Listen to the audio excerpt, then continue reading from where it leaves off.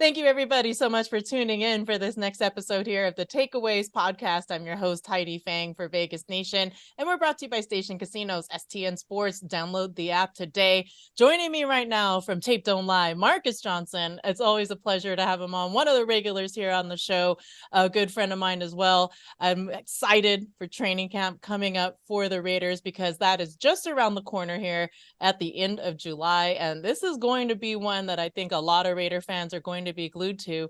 Lots happening right now with the organization.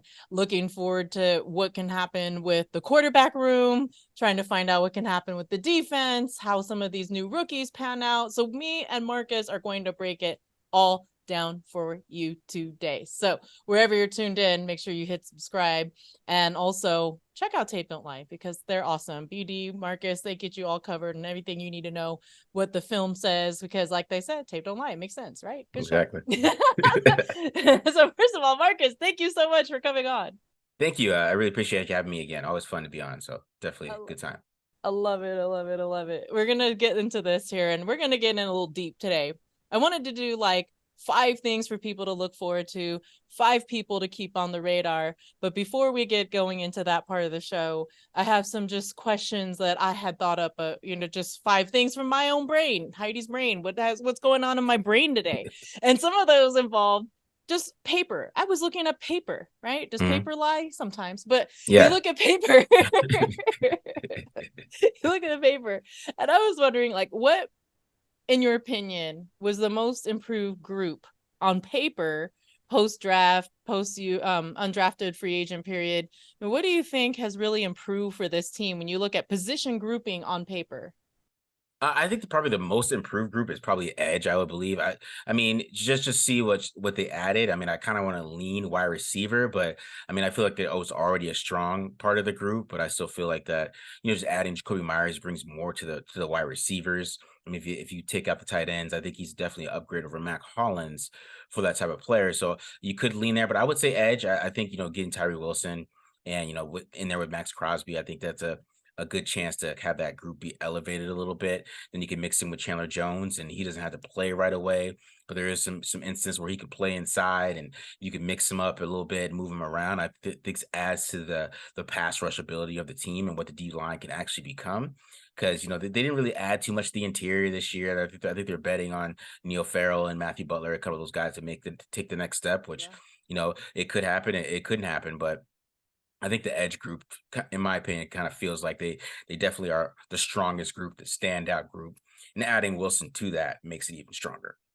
For sure. And I like that you brought up the wide receiver room because that was the second thing on my radar, Heidi's radar, Hmm. was the amount of wide receivers they brought in, right? There are a ton. There's 11, I believe, if I've counted correctly. Lots of people, I think, thought something was going to happen with Hunter Renfrow, that maybe he'd get dealt, that maybe he'd seek a trade, that maybe by when they drafted some slot receivers, that was an indicator that they were looking for somebody else to step in where Hunter had been in the past. And I think about it, and you look at, like you said, there's some upgrades there from Mac Hollins. And I think one of the things with Mac Hollins that for the most part was problematic was his ability to be on the route that he was Yeah. supposed to be on. Hmm. Now you have guys that have done it in this system on this team, whether it's Philip Dorsett or Myers. There's guys that are capable of understanding the system going into it. Yeah. So when you start thinking about that, just who do you think makes this roster? I don't think they can keep all 11, obviously. So what do you think happens? How does this work out, especially after they draft a guy like Trey Tucker, who more than likely be a specialist for the team? But even so, when you look at just the position grouping itself, there's 11 guys there. Yeah, I think they're probably going to end up keeping 6.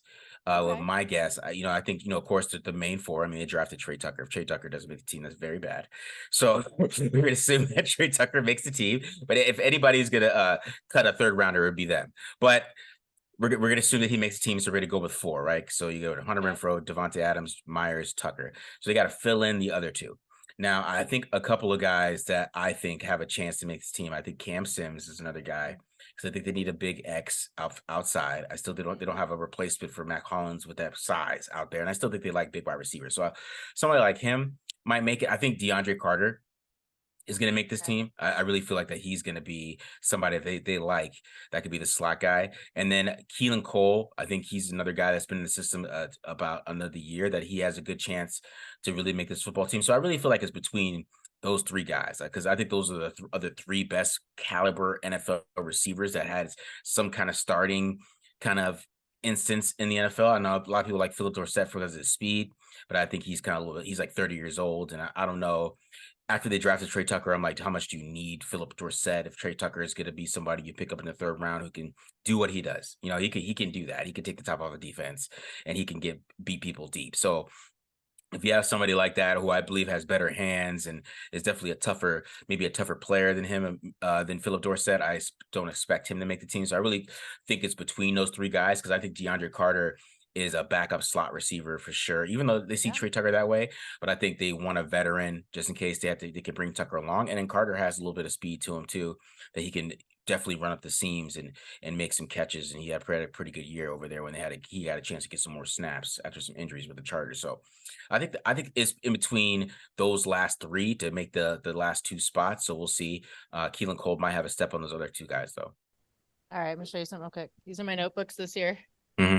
So I'm gonna start filling them out with those wide receivers you just said, Yeah. and put them on my bubble. Okay. um, when you look at the idea of Michael Mayer coming in, Hmm. and you talked about having that big body, a lot of people are calling him Baby Gronk, Mini Gronk, something like that.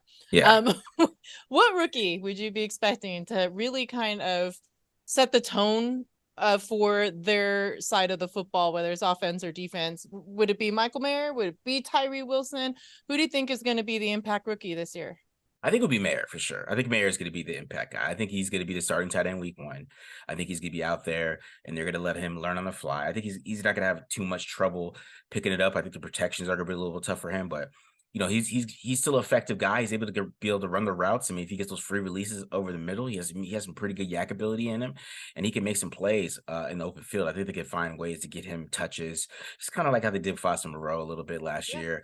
And I think he's going to play that type of role as a tight end. He's not going to play what Darren Waller played, really. I think they'll probably mix it up and do that. I mean, they might have some of the other guys, or when they put him in there with OJ Howard, I think Mm-hmm. that they're going to mix it up that way. But I think Mayer has a chance to kind of have a huge impact as a rookie. I think that's one guy that I'm looking forward to kind of see how he plays because I really did like that draft pick, and Yeah. I think he has a chance to be a really good tight end in the NFL. He's probably my favorite draft pick that the Raiders made in this class, just by everything that I had read about him, his numbers, the personality, the way he plays, the effort he gives. Is there something specific that really stood out to you when you watch him on film that you like about Michael Mayer? Yeah, one thing I like about him, and I think he's very underrated, is as a pass catcher. I really feel like that, a lot of people they see like the Dalton Kincaids and some of these other guys that might have a little bit more like, how Travis Kelsey gets open, but I think it's a little bit more of a physical old school tight end of how he wins. And he is very good against press coverage. So I think he has a lot of upside as a pass catcher. Even though he's looked at as some kind of baby Gronk type of thing, and Right. and that's kind of why is because he has that access to kind of be that same kind of player in this system.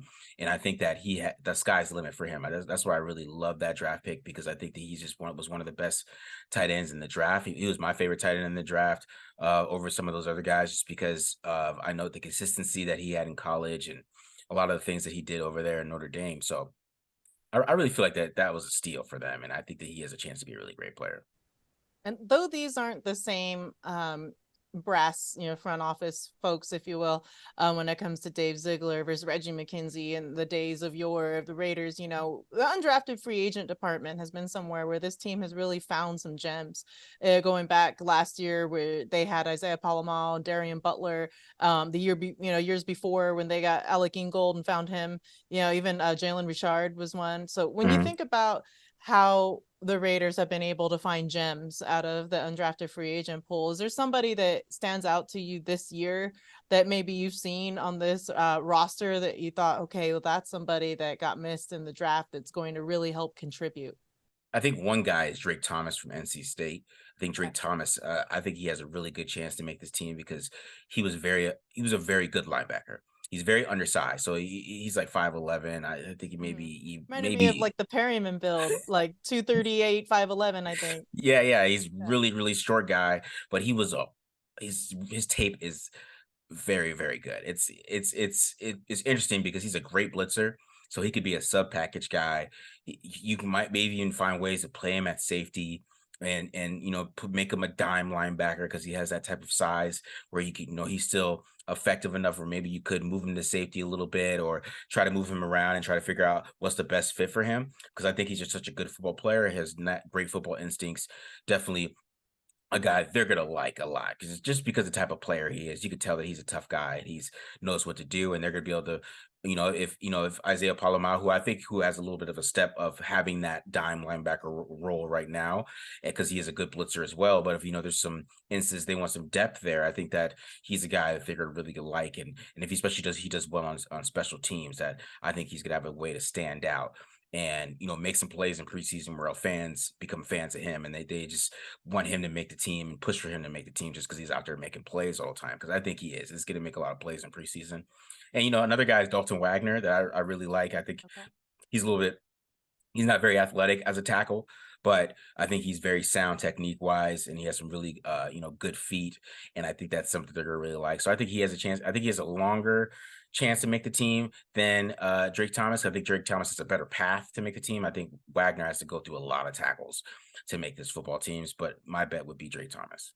All right, right there. Let's go ahead and take a quick break. When we come back, we're going to talk about 5 things to watch for in Raiders training camp right here with Marcus Johnson from Tape Don't Lie, and we'll be back in just a minute. All right, welcome back to the Takeaways podcast. I'm Heidi Fang, joined with Marcus Johnson from Tape Don't Lie. Find him on Twitter at the NFL. And right now, we're going to break down some more here. Looking forward to Raiders training camp coming up at the end of the month, and the thing that always intrigues me are the bubble guys, right? How Mhm. do you look at the bubble and think, okay, this is going to be a very difficult cut? Now, we haven't seen a lick of training. We've seen mini camp, we've seen stretching. We have Yeah. not even got to really watch a single position drill yet. That does Yeah. not begin until training camp. So when I just think about it and I look on paper, that's something to think about already. Like, who will be on the bubble? We talked about those wide receivers. Do you see another area that you're thinking that there's going to be a real tough competition in this spot or that spot when you just look at position groups on this team? I think one spot is going to be a lot of position fighting. I think is cornerback. I Okay. think cornerback is going to be a position where we're going to find out who's starting. I think that they brought in a lot of kind of I would say, kind of journeyman cornerbacks. I think, like David Long Jr. from the Rams. He Yeah. doesn't have a history of starting. Duke Shelley kind of had his first kind of breakout season last year, put out some good film, and there's some potential there. They brought in Jacorian Bennett. You still have Nate Hobbs over there, Meek Robinson. Some of those guys that that have played corner in the system already. So it's gonna be a fight for him to try to figure out if he could play in the slot. Tyler Hall is a cornerback over there as well. So I think this could be a big competition over there because Meek Robinson, he's probably on the bubble right now, right?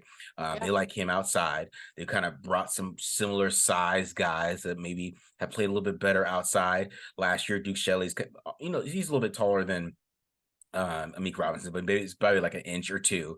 So, they brought him in, and so Amik is gonna have that issue. He's got to go over Jacorian Bennett because Jacorian Bennett was already out there.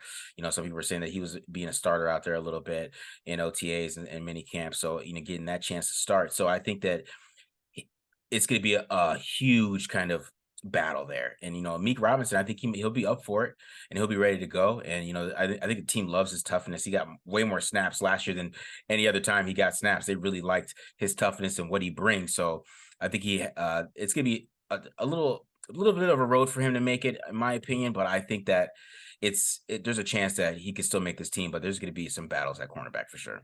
I kind of gave out that little sound when you mentioned Amik and his competitiveness, because from everything I've ever seen of him, compared to field to the locker room to sideline, every single ounce of him is all about competition. From in the locker room, I mentioned that because sometimes they play games in their chess, or whether cornhole, whatever, probably even Smash Brothers, but Yeah. they're all super competitive at everything, and Amik is probably the biggest dog of them all. I wanted to move on though to just the 5 things that we're gonna have to watch for this training camp. And I know a lot of Raider fans are on the edge of their seat, wondering what happens with Jimmy Garoppolo when he comes back. How serious is the foot injury? For you, if you had to think about the second position there, I think a lot of people think Brian Hoyer's the guy, Hmm. right? The number 2. But would you think or give Aiden O'Connell or Chase Garbers honest possible starting chance at being the number 2 if it's not Brian Hoyer? Yeah, I think. I mean, if they outperform Brian Hoyer in preseason, I think they're gonna have a he could have a chance to do that. It's gonna be hard to do, I believe, though, a little bit because I think Brian Hoyer just knows the system so well, and they just trust him so much. Bailey Zappi, the only reason he got to play last year and get a little Zappy bit of zappy. fame, yeah, the only reason he got to play last year because Brian Hoyer got hurt so quick against the Packers, Mm-hmm. and so he was still the backup last year and got a chance to play a little bit. So I think they have a lot of faith in him being the backup here, and it's gonna be it's gonna be tough. It's gonna be tough for Aiden O'Connell to kind of beat him out. But there's a chance of that. If Aiden O'Connell goes out there and he has a really great camp and kind of shows what he showed more on tape at 2021 than he did in 2022, and he kind of goes back to that caliber quarterback we saw on that film. I think there's a chance that he can take the next step. I think Chase Garbers has a little bit a step on O'Connell because he knows the system a little bit, and they're going to be battling it out. But when you're the four string quarterback, it's kind of hard to get snaps a little bit. So maybe Yeah. if Jimmy Garoppolo isn't ready day one, maybe he gets some snaps and some reps, working in there in training camp because the fourth quarterback rarely gets reps regardless. So Sure. it's gonna be a little bit hard for him too as well. But I think Aiden O'Connell could beat out Ryan Hoyer, but he's gonna have to have a really good preseason. It's gonna have to be like it's Starts. undeniable, right? Like everybody's like, we have to make that choice. So yeah, Playing cricket like triple bull, triple bull. exactly. Yeah. Exactly like that. I'm sorry. That's right. So when you think about just that injury, what does your gut tell you? Does it tell you that Jimmy is going to be back for the first regular season game, or does it tell you that there's something lingering? And are you concerned? I'm concerned regardless. Even if he's back by week one, I'm still concerned that it's going to linger. That's what I'm concerned about the most. Okay. Is that he got that surgery so late. I mean, if he got it like in January or something, Mm-hmm. and then they had to tell him to go get the surgery, it's just kind of that aspect of it, like and then a little bit of how between December and to March and how it still wasn't healthy, like naturally, like even if they Yeah. let it heal, it was still bad enough. They're like, you got to get surgery on this. That's what I'm more worried about. Is it going to linger through the season? Is he be thinking about it? Is he be confident? He already doesn't move that well right now. Is he still gonna have to? Is it gonna hurt him? He's like 33. He's coming off another leg injury. He's had like four of those That's in at his least, career, I at think. least. Yeah, there's a site called Draft Sharks, I think it is. I Yeah, can't remember. It's a draft site. And anyway, when you go to it, it lists every injury that player's ever had with the date, what type of injury it was, the severity of the injury, and then it shows it on this chart. And I think Jimmy looks like you're playing hangman, but pin the tail on the donkey or something like that. yeah, yeah. There's like So little pieces all dotted up all over him. yeah, so so you get to that point where like, how's that gonna start to affect him, right? He already ran a 4.9 coming out of college, so we Yeah. don't know what that is right now. So that's what I'm more worried about. Is it gonna linger? Because he might be ready by week one, and I hope he is, because that's gonna be a big mistake if he isn't. But Yeah. if he is, it's gonna linger into the year, and then if they have a slow start because of it, that's gonna be in trouble too. So Now, one of the other things that I have to tap on with the concerns is obvious. Josh Jacobs, the Raiders put out a primer as well for their own training camp primer, mhm. and on the visual it has Brandon Bolden, Amir Abdullah, Zamir White. There is not Josh Jacobs's face on there. Now, obviously, he didn't report for OTAs and did not Yeah. report for minicamp. We all know that there's some contract issues, and that's been tweeted about as well from Josh. So you think, okay, will they get this done? Will Josh Jacobs play for the Raiders in 2023? What is your initial thought on what happens with him? I think with this one, I think it's depends on what Saquon Barkley gets. I think Saquon Barkley is going to get signed.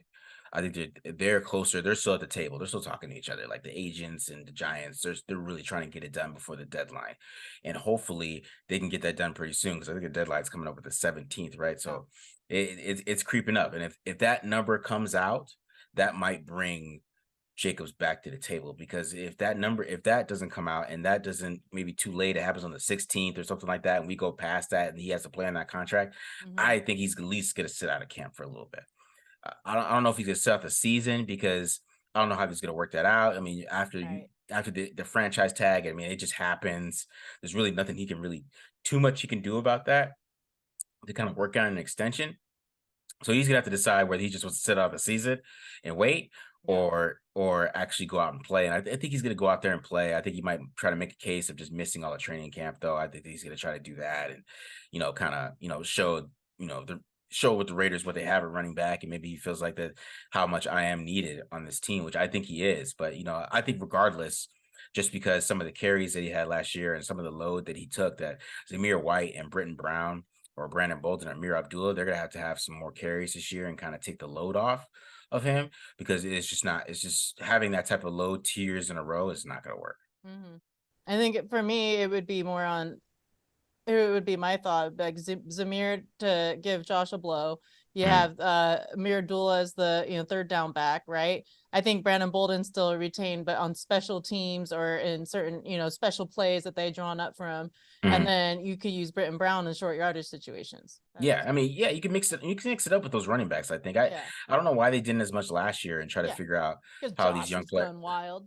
Yeah, yeah, exactly. Especially like week 18 when it was over. Like, I don't understand why you had Josh Jacobs out there still having 20 carries. I think that was Yeah. weird. So you have those young guys go out there and play, just like you had Jared Stidham go out there and play when that season's over, and try to figure out what's happening. I mean, Britton Brown was just on the roster for no reason. I don't know why they were stocking him, and I mean, we haven't heard him overtaking Zamir White yet. So we'll see how these running backs work out, and but they need Josh Jacobs if they want to have a good offense. They need him to be effective, because I still think he helps out in the passing game too as well.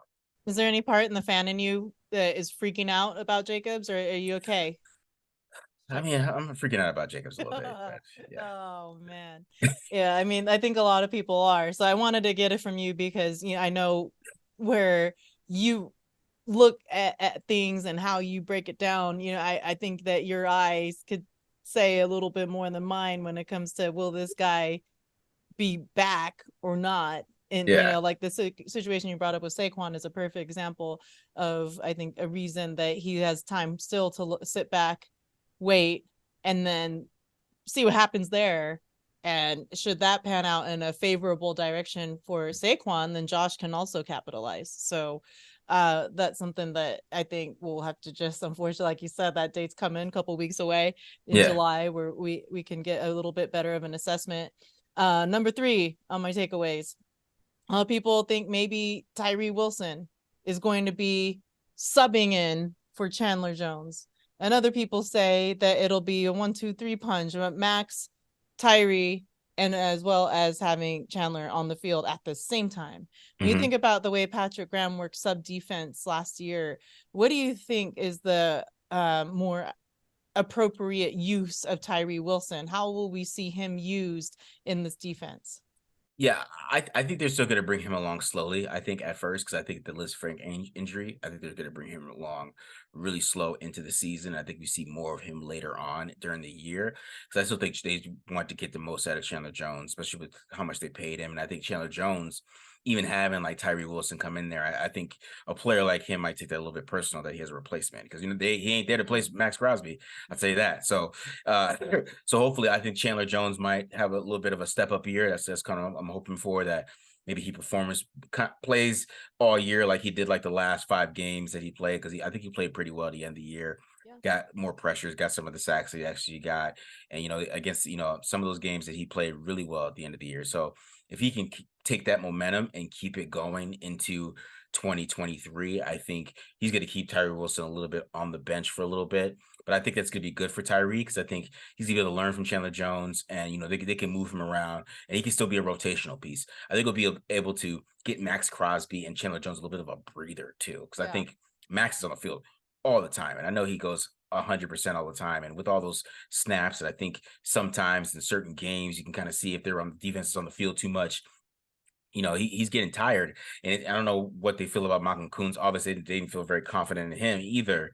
learning those things. So maybe he gets a little bit more playing time where they can get some more freshness, in my opinion, out of those guys, especially from Chandler Jones. Chandler Jones is an old guy. So, In I football think years. exactly football years, exactly, right. But in football years, he's an old guy. So Yeah. Tyree Wilson being a rotational guy year one, I think there's nothing wrong with that.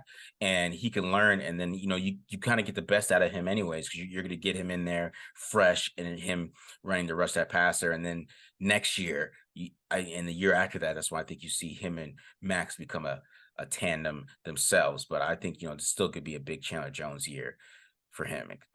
I like it. This defense has been a point of concern, point of focus for a long time. Um, Last year, they had 21 takeaways. 2022 gave up an average of 365, I think, 0.2 yards a game. It's a Mhm. lot. Only 6 teams gave up more points per game. Only 2 teams had less sacks. The Raiders had 27.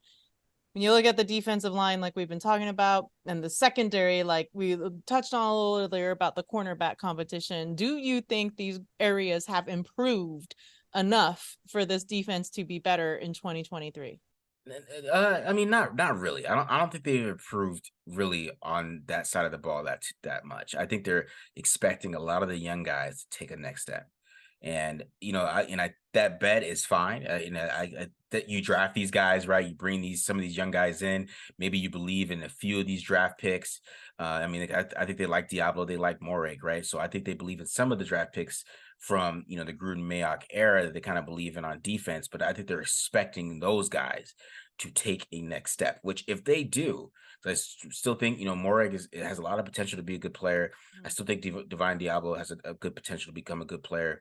So I think if those two guys take a next step, that will change a lot of the defensive dynamic, and especially like saying Chandler Jones having another, having finished in the year like he did last year, and maybe seeing some of these young guys that are inside maybe take a next step too. Neil Farrell plays more of a nose guard role, finds ways to, play better on better run defense and has better technique than he had the year before. I think they're betting on a lot of young guys to take the next step. And I don't know how that's going to work, especially when a lot of those guys aren't first round picks, right? If there Yeah. was a lot of more first, second round picks that they had in the cornerback position or in safety or some of those places in the secondary that could take that next step and they felt that way, I would be like, okay. But a lot of these guys are like fourth, fifth round picks. And a lot of those guys don't pan out to become starters in the NFL. I mean, if you keep it real, they Yeah. just don't, Even if right? they make the roster, Yeah, right? yeah. Yeah. I mean, fifth round guys you don't even have a chance to not make the roster, Hmm. and then it can end up being practice squad guys or whatever. So, I mean, kind of betting on those guys to take that next step is a lot for me a little bit. But I mean, that's what they're hoping for because I mean, just kind of the guys they brought in, it wasn't a lot of splash. So True. it was a little bit concerning about the defense. I'm a little worried about that. Okay, which brings me to my next point. The linebacker room, right? Divine Mhm. Diablo, he's back. He looked in good shape. He's put on a little bit of mass. They talked about him wearing the green dot. There's a lot of things about Divine Diablo that now we'll see how he responds to being out a good portion of last season and returns to this team as now somebody that's taking over some reins, so to speak. So I'm just curious on your thoughts here of how much of an impact Divine Diablo could have on this linebacker room. Yeah, like I was saying, I think he is a big key to this Raiders defense because I think that if he can take that next step and become the player that they think he could become, especially give him the green dot, making him a leader and Yeah. making him a leader of the defense and all that stuff. And I still think he's a good run defender. Regardless, I think he had a little bit of issues with coverage. If he could pick up the cover scheme and Mm-hmm. he could play the run like he did last season when he was on the field, I think he could become a good, effective linebacker in the NFL and be something that they could, maybe keep around for a little bit, especially since he's a rookie. He's not on, he's not going to lead the team in a little bit. I mean, he does have one more year in a contract because it's his third season, but he's definitely the type of player you can kind of build the defense around if he can kind of take that next step and become the linebacker that they like, because obviously they see potential in him. They didn't bring any kind of competition really for him. Spillane would probably play next to him instead of against him, right? So Yeah. it wasn't like a big group that they brought in. Darian Butler and Masterson and those guys are still there, but I still think they believe in him so much that They didn't draft anybody to kind of compete with them really, early on in the draft. I mean, if they had the opportunity, they had some linebackers out there that they could have drafted, but they didn't take that next step to do that. So they believe in Diablo a lot, and we'll see what happens with that. But he definitely needs to take a big leap, in my opinion, for this team to be successful on defense. I got you now for rapid fire. These are my last 5 things. I Okay. got 5 names. Just give me your quick take on these 5 guys. The first one is Trayvon Merrick. I think Merrick is adjusting to playing man coverage, and if he did okay until he hurt his hip, so hopefully if he can stay healthy, I think they can work it out. All right, Marcus Epps. What are your thoughts on him coming into this unit? And I like Marcus Epps. I think Marcus Epps is a really smart coverage guy, and I think he's going to be able to pick up Petrogram's system really quick for what they like to do. But I just worry about his tackling, so I don't expect him to play in the box that much. Ooh, interesting. Marcus Epps. That was Marcus Epps. Now on to Malcolm Kuntz. Malcolm Kuntz, I wonder if he's going to end up making this football team. Yes. That's going to be a big thing for him. I mean, he's have to worry about just kind of making this team. I think they made it maybe might have gave him a little bit of a shot to be a rotational guy last year, but obviously they feel like he wasn't picking it up. So, yeah, he's got to fight his way on this team. Okay, Jermaine Illuminor. I really like Jermaine Luminor as a right tackle. I always wanted him to kind of play, even when Tom Cable benched him for moving Alex Leatherwood. I didn't agree with that. I thought he played pretty well at guard then, and I think he plays pretty well as an offensive lineman. And I think he's going to solidify that right tackle spot. And if Dylan Parham can make a next step, I think they could become a pretty good offensive line. All right, last one is Tyler Hall. Tyler Hall is really a guy that he might have to push Nate Hobbs outside, and that's got to be interesting how they do that. I mean, there is gonna be some sub packages when Tyler Hall probably plays on coverage, and maybe Nate Hobbs plays nickel inside on rundowns. But I think Tyler Hall has a chance to be a surprise player. I mean, he played really well last year.